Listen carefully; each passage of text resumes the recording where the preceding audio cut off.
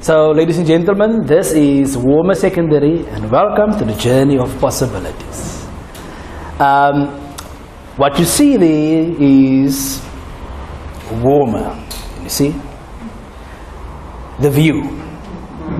It is breathtaking, and when you feel down, step out, then you know that you're okay. It's a view of some of the learners at our school. A little bit about our school, Walmer Secondary School. It is in District 6 since 1963. It started as a GT school, and it's commonly known in the community as Walmer Ad Hoc, because it was a primary school which they turned into a grade 8 school to accommodate those learners. I see it already, it's a beautiful setting. We have 451 learners this year, coming from Kailicha as far as Wellington, which makes our school a commuter school. And most of the learners commute to the school. And obviously if there's commuting taking place, we know what happens in the newsroom. There's it impacts on learner attendance, punctuality. It impacts also on how the school can actually get involved with the parent community. Okay. But we survive at Walmer, because that is what we are there for. We are the change that we want to see in other people. That is just a little bit of our fabulous views again for the people that don't know where Walmer is. You may take a drive. When you're tired of your workplace or your school area, you can come. We'll charge you as you come in by the gate, because we are busy with fundraising. So that's all we offer. Okay, now about me. He's supposed to be, I miss my partner, the 2 R's. That is me. See, smiling face. But under that smile, very determined person. A person that loves the learners that step into that gate. They're my own, and I'll do everything for them. And as my other partner standing here will tell you, I'm not telling a lie when I say I make a point of knowing everybody. I know these learners because in them I see me. Once upon a time, it was me. That naughtiness was me. I'm just a little bit grown up, but I'm still naughty. Okay. Okay, now that is my motto there at the bottom. At my school, we don't expel. The reason being, I don't want to get robbed on the street corner. Okay, now why PFP? I heard from my colleagues, neighboring schools at the bottom in District 6. They were on the program in 2014, 2015, and they actually told me about the benefits of being part of PFP, how it assisted them with their leadership skills, and how to get a perspective from outside. And it's always good to have somebody looking for outside to come and assist. And I remember the word that was used was the Kannemeyer Primary School, not adopt, but partner. And so looking for them outside. And the camaraderie that was built through the partnerships with these people. So obviously I became interested because I knew there were some things that I also wanted. Not money, but other things that I wanted. Now before PFP, Walmer, like I said, we were GT school. So before PFP, this is where we were at, and before Norwood stepped in also. We were still trying our feet, finding our feet as a high school. We had a drop in our results. Results went up a little bit, but teachers were still despondent, etc. And like the previous group mentioned, principals, it's a lonely job to be a principal. So at least now you have this person who you can share with. And yes, let's step forward. I'm going to cry about that. That is the people that CT16 now. It is Red Bull and RITALIN. And there could be a reason for that. I don't know why they call us that. But I think with the naughty kids, and sometimes the one was the RITALIN and the other one was the Red Bull. Sometimes you fall asleep. And, okay, the partnership itself. It was a very slow start in the beginning. Especially from the principal side. I think Robin was the Red Bull, on the Red Bull. When you come from a business perspective, it's about getting things done and immediately. So it was, you know, we had to calm down a little bit. And I think Joe played a very good role in that also, plus the cop. Okay, so slow start. So Robin from Ogilvy is HR manager, is not there anymore. Ogilvy Mather is just down the road in Woodstock. It's opposite Dartmouth, as I say, where the cars go to sleep. Okay, now, they wanted to invest in the immediate community, so they actually decided to partner with Walmer Secondary School. Now, how did PFP impact on me? I learned to trust and to allow others into the domain. Now, as a leader, I learned to trust my other staff members, giving them more responsibility, holding them accountable. Okay, it actually gave me more energy to lead the school. Okay, and I saw huge growth in my two head of departments, especially this year. Teachers began to feel also a part of the school. You know, they were just there to do their job and get it done and deliver. Relationship between teachers, management and parents have also improved. And you will see, I won't talk about HGB because this was my HGB partner. But through that, the teachers also became more involved in the school. That was that picture that you see is our first vision where the whole school actually was involved. And at the moment we have different committees which we never had that are running various things at the school. We also had a problem, this is the Ogilvy, when we had a problem with our non-standard allocation was cut, so obviously we need to tighten the belt. So we approached Robin, and Robin actually asked, you know, took the problem to his company, and what they did was they had two teams working together, come up with plans on how actually the school can actually access funds from, besides our normal way of raising funds, which was, we'll see they talk about cake sales, etc., etc. And the two groups came up with two concepts. One was more locally based funding, and the other one was more international funding. I'm looking at her because she was the part of it. Now, she knows what I'm talking about. She's actually here to see whether I'm lying or not. Okay. Now we decided to adopt the combination of the two,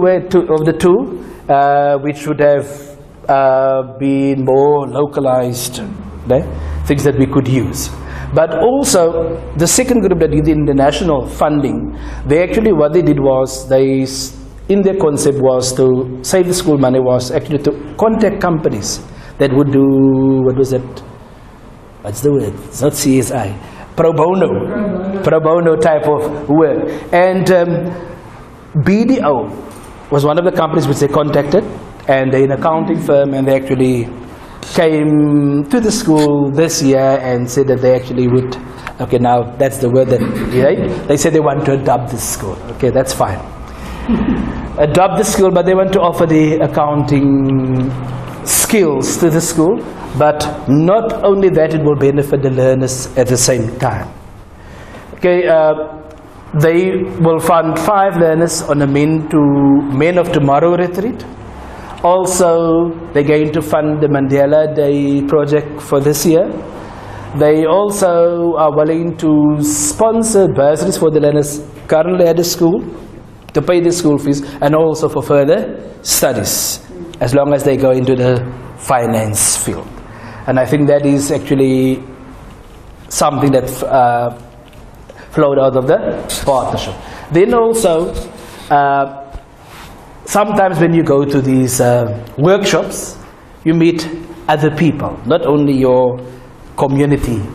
I actually met a lady that assisted me, and she's from Markham, and she was busy part of the IT or e-learning project. And then what happened was, I told her about our problem at the school, and she actually sent somebody to come and do diagnostic test at the school, which is also thanks to PFP.